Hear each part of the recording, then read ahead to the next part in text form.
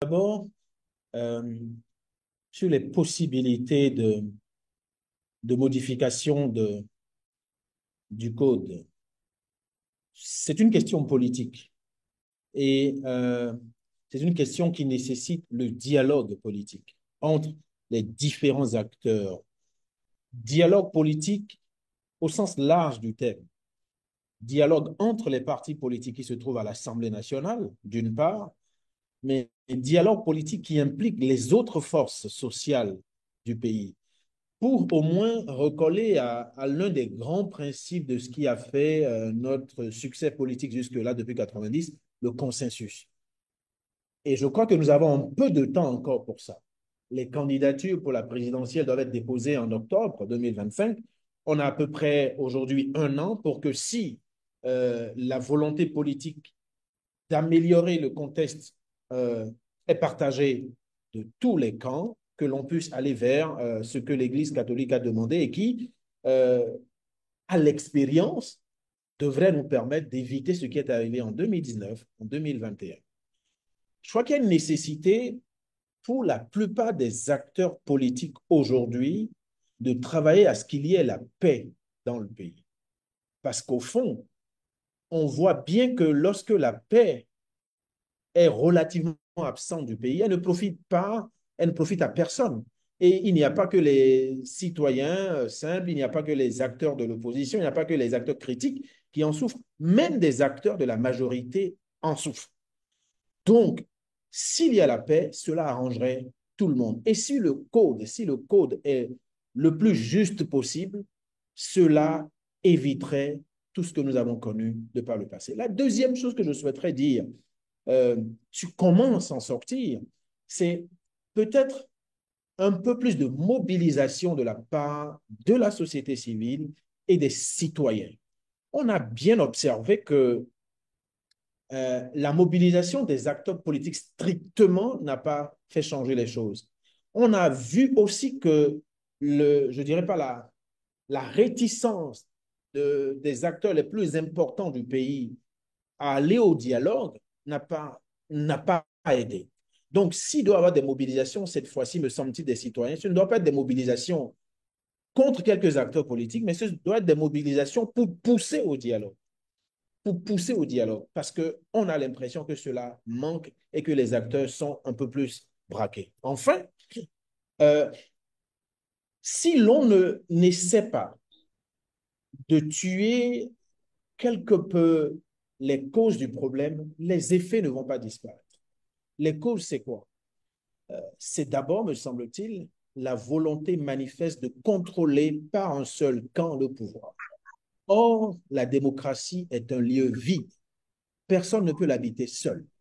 Donc, on doit retourner au béaba du vivre ensemble. Et je crois que s'il y a un travail à faire pour les mois à venir, c'est vraiment de travailler pour le vivre ensemble dans notre pays parce qu'il est mis en difficulté objectivement et tous les éléments, tous les rapports, toutes les discussions, ça et là, montrent que on n'a pas peur, on n'a pas peur, mais les Béninois sont inquiets et sont de plus en plus inquiets. Et cela n'est pas pour rassurer. Du point de vue administratif fonctionnel, du point de vue je dirais, de l'éthique ou de l'hygiène politique du pays, oui, il y avait un besoin d'ordonner les choses. Mais à mon avis, ce n'était pas sur le nombre de partis politiques. Le diagnostic, moi, me posait problème. Et c'est pour ça que j'avais dit que le manque de débat politique à l'époque sur ces questions-là a dû conduire à des réformes qui donnent les résultats que nous avons aujourd'hui. C'est qu'au fond, le peuple béninois, les électeurs béninois, les citoyens béninois avaient dépassé ce niveau du diagnostic. Je venais de dire que quand vous prenez toutes les élections présidentielles depuis 1990, même s'il y a 20 candidats, les 90% des suffrages exprimés, voire 95%, sont sur les quatre premiers ou les trois premiers candidats. Il n'y a pas d'exception à ça, y compris l'élection de 2016. Première chose. Deuxième chose, quand vous prenez les législatives, les électeurs ne répartissent pas leur suffrage sur plus de 15 partis politiques, pas plus dans le pays. Donc, la sélection dans le corps électoral, dans la pratique, aux urnes, sur le marché politique, sur le marché électoral, se faisait par les partis politiques, par les électeurs eux-mêmes, et disciplinaient de ce point de vue, beaucoup de temps. Mais si c'est pour des besoins administratifs de ranger les partis politiques, je suis d'accord. Sauf que dans la mise en œuvre, on peut se poser la question aujourd'hui de savoir, est-ce qu'au fond, les partis politiques se portent mieux tant que ça? Et moi, je fais l'hypothèse, pas l'hypothèse, l'hypothèse relativement confirmée que les partis politiques sont presque demeurés les mêmes à part le ravalement de façade du point de vue administratif, qu'il y a un ou deux acteurs qui sont aux commandes de ces partis politiques. Et on peut faire le débat de savoir qui gouverne les deux partis de la majorité. Et on peut faire le même débat à propos du parti de l'opposition. Qui gouverne le principal parti de l'opposition? Les démocrates. Et la réponse sera une ou deux personnes. Le reste, ce sont des agents qui sont placés et les acteurs principaux font ce qu'ils veulent pour leur bien. Et vous pouvez élargir la question, cela n'aura pas changé. En, en filigrane, il y a une question qui se pose, c'est la viabilité des partis politiques. Et si vous observez bien, les partis politiques, y compris de la majorité, ne tiennent aujourd'hui que par le bâton du président de la République. Le jour où le président actuel n'est pas là, et on le voit, les tendances dans les partis politiques montrent bien que les partis vont encore exploser ou imploser. Et quand vous entendez les acteurs parler dans l'ombre, ce que vous entendez est pratiquement de cet ordre-là. Donc, il me semble que le travail n'a pas été fait parce qu'au fond, dans les partis, il n'y a pas eu la démocratie qu'il y avait dans les petits partis, dans les grands partis qu'il y a aujourd'hui, et le contrôle est toujours tenu par un ou deux acteurs importants. Et je veux insister sur un point. Ma recommandation ne commencera pas par un verbe, ça commencera par un nom, talent. Il faut inciter et encourager le président Patrice Talon à dialoguer. Les expériences récentes du pays ont montré que la plupart des acteurs n'ont pas réussi à le convaincre sur ses idées. Il faut encourager, inciter le président Talon à dialoguer. À dialoguer en faisant maintenant une actualisation des points de crispation. Les points de crispation sont, c'est vrai, électoraux, mais ils sont aussi ailleurs dans l'ordre social.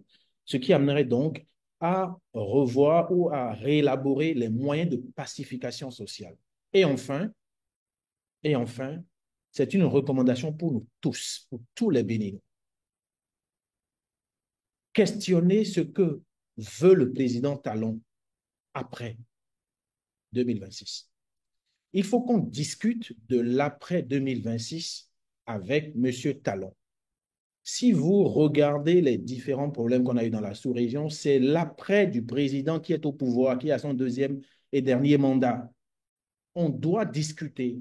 Qu'est-ce que l'on doit faire? Il me semble que cette recommandation est importante. Ne plus faire tabou de cette question et voir à la fois les moyens sociopolitiques et autres qui permettent peut-être pas de rassurer M. Patrice Talon, mais de l'accompagner à considérer qu'après ces deux mandats, la vie ne s'arrête pas. Il me semble que cette question, on doit l'aborder. Ça ne doit pas être une question taboue. Et ma recommandation est sur ce point. Le débat public sur l'après-Talon et lui-même. Car cette question est importante. Quand vous regardez qui il est, le statut économique qu'il a, puis le statut politique, ensuite les décisions qu'il a prises pendant 10 ans, évidemment, la question peut se poser dans le fond sur ce qui le mobilise à agir comme il agit. Il me semble qu'il y a là quelque chose qu'on doit creuser. Qu'est-ce qu'il veut et comment on doit faire pour après 2026 sans lui au pouvoir pour la paix dans notre pays? On doit en débattre, on doit en discuter.